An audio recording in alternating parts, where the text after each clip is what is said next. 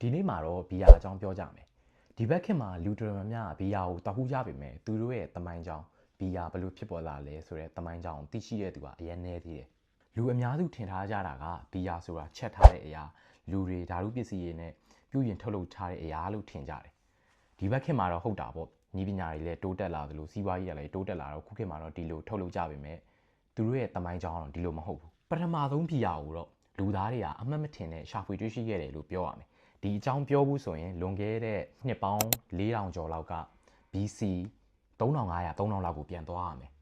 ကမ္ဘာသမိုင်းကိုနည်းနည်းလောက်တီးမိခေါမရှိတဲ့သူဆိုရင်တော့သိလိမ့်မယ်လူသားတွေစတင်ခဲ့ရာလူသားတွေရဲ့သမိုင်းမှတ်တမ်းအစောဆုံးတင်ခဲ့တဲ့နေရာ Tigris နဲ့ Euphrates မြစ်ဝှမ်းဒေသမှာရှိတဲ့ Mesopotamia ဒေသမှာစတင်တွေ့ရှိရပေါ့ခုခေတ်မှာဆိုရင်တော့ Iraq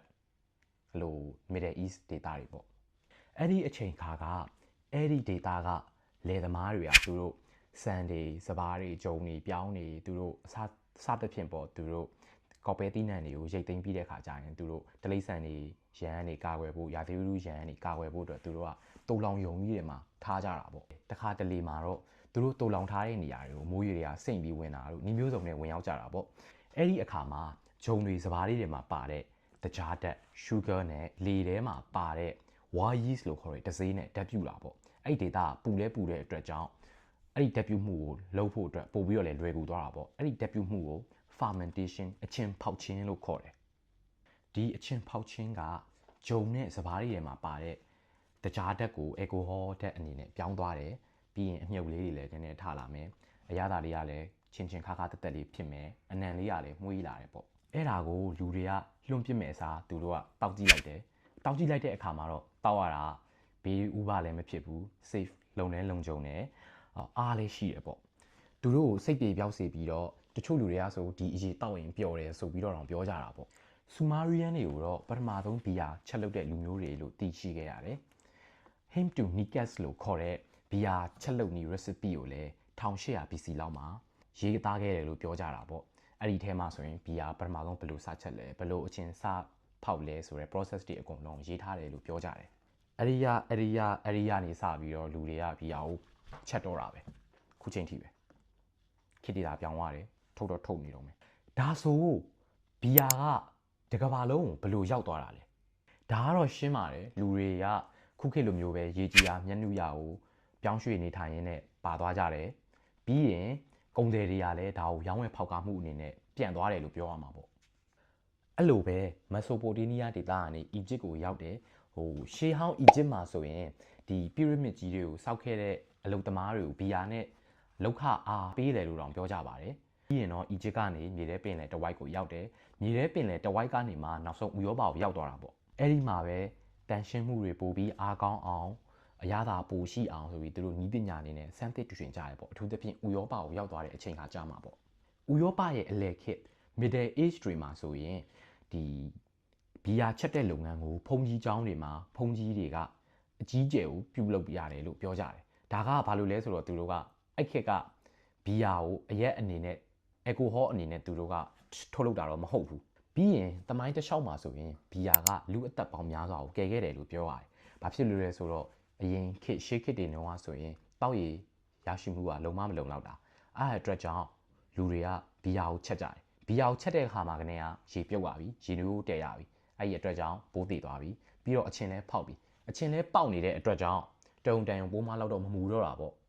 အရင်ခေတ်တွေတုန်းကဆိုရင်ဒီအယ်ကိုဟောပမာဏနည်းနည်းလေးပဲပါဝင်တဲ့ဘီယာကိုကလေးလူကြီးရုပ်လှမြက်အရွယ်အကုန်တောက်ကြပါတယ်ဘာဖြစ်လို့လဲဆိုတော့အဲ့ခေတ်ကဒီဘီယာတောက်တာကရိုးရိုးတောက်ရည်တောက်တာတဲ့ပို့ပြီးတော့စိတ်ချယုံကြည်ရလို့ပါဘာဖြစ်လို့လဲဆိုတော့အရန်တန်ရှင်းတဲ့ရေကရှားတာကိုပြီးတော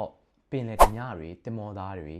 ေချောင်းခရီးကိုနှစ်ရှည်လာများစွာကြောင်းထွက်ရတဲ့အခါမှာလဲသူတို့ကရေအစားဘီယာတွေဝိုင်တွေကိုအများကြီးတည်သွားပါတယ်ဘာဖြစ်လို့လဲဆိုတော့တင်မောပေါ်မှာဆိုရင်ရေကြိုကိုတန်ရှင်းအောင်ထားဖို့ကလည်းခက်တာကိုအများကြီးကလည်းတည်သွားလို့မရဘူးပေါ့အဲ့ဒါကြောင့်သူတို့ကဘီယာတွေဝိုင်တွေကိုအများကြီးတည်သွားကြတယ်ဒါကြောင့်မလို့လဲပင်လယ်ဓမြရုပ်ရှင်တွေဒီအရင်ခေတ်ကသူတို့နေချဲတဲ့ကားတွေကတင်မောသားတွေမှာဆိုရင်သူတို့အများအားတောက်စားနေတာတွေ့ပါလိမ့်မယ်ဘီယာရဲ့စားသုံးပုံထုတ်လုပ်ပုံတွေဘီယာရဲ့အဆအအရာရာကိုထာဝရပြောင်းလဲသွားစေခဲ့တာကတော့ industrial revolution လို့ခေါ်တဲ့ဒီစက်မှုတော်လှန်ရေးကြောင့်လို့ပဲပြောရမယ်အဲ့ဒီခေတ်မှာတာမိုမီတာအပူချိန်တိုင်းနဲ့ ပူချိန်တိုင်းတဲ့နည်းပညာတွေပြီးရင်ဒီ refrigeration လို့ခေါ်တဲ့အေးခန့်တဲ့နည်းပညာတွေ pasteurization ပိုးတက်တဲ့နည်းပညာတွေပေါ်လာပြီးတဲ့နောက်ပိုင်းမှာတော့လူတွေကဘီယာကိုစက်ရုံကြီးတွေထောင် quality တွေလည်းထိန်းပြီးတော့ mass production အနေနဲ့အများကြီးထုတ်ကြတော့တာပေါ့ခေတ်တွေတိုးတက်လာတဲ့နဲ့အမျှဘီယာက pop culture ရဲ့တစ်စိတ်တစ်ပိုင်းလည်းဖြစ်လာတယ်ဥမာဖျော်ဖြေရေး event တွေ music festival တွေအခြားနေရာအများစုပေါ့ club တွေ bar တွေ gathering တွေလုပ်မယ်ဆိုရင်လည်းဘီယာကတော့မဖြစ်ပါပဲကိုယ့်ကိုတယောက်တည်းလည်းတောက်ကြတယ်အုပ်စုဖွဲ့ပြီးလည်းတောက်ကြတယ်မျိုးစုံပါပဲဘီယာကတော့20ရာစုနောက်ပိုင်းလောက်မှာ craft beer movement လို့ခေါ်တဲ့ဘီယာကိုအရင်ခေတ်ကသမာရိုးကျနီးနဲ့ပြန်ချက်တက်တဲ့အတိုင်းနီးတွေခေတ်စားလာတယ်ပြီးရင်သူတို့ကအရသာလေးနည်းနည်းထည့်ပြီးပြန် modify ပြီးတောက်ကြတာပေါ့အချင်းချင်းလဲ share ကြတယ်အဲ့ဒီအခါမှာပဲဘီယာကကျွန်တော်တို့အချင်းချင်းတောက်တဲ့ရိုးရိုး drink လေးကနေ cultural experience share တဲ့ဟာမျိုးတွေထီတောင်ရောက်သွားတာပေါ့sharing is caring ခုခေတ်မှာဆိုရင်တော့အဓိကဘီယာအမျိုးအစားပေါင်း100လောက်ရှိပြီးတော့အဲ့ဒီ100ကနေပဲဘီယာအမျိုးအစားပေါင်းတိန်းချီတန်းချီရှိတယ်လို့ခုခေတ်မှာပြောကြပါတယ်ပြီးရင်ကမ္ဘာပေါ်မှာဘီယာနဲ့နာမည်ကြီးတဲ့နိုင်ငံတွေကိုလည်းကြားဘူးလိမ့်မယ်အထူးသဖြင့်ဥရောပနိုင်ငံတွေမှာပေါ့ဥပမာဂျာမနီတို့Netherlands တို့ Belgium တို့ Czech Republic တို့အဲ့နိုင်ငံတွေမှာဆိုရင်ဘီယာကအရန်ကို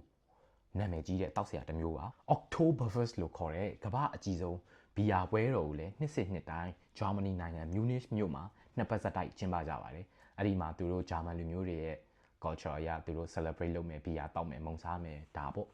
ဒီဗီဒီယိုကြည့်နေတဲ့သူရောဘီယာတောက်ဘူးလားဘီယာနဲ့ပတ်သက်တဲ့အတွေ့အကြုံလေးတွေရောဘယ်လိုရှိလဲတစ်ချက်လောက်ဝေမျှပေးသွားပါအောင်ကျေးဇူးတင်ပါတယ်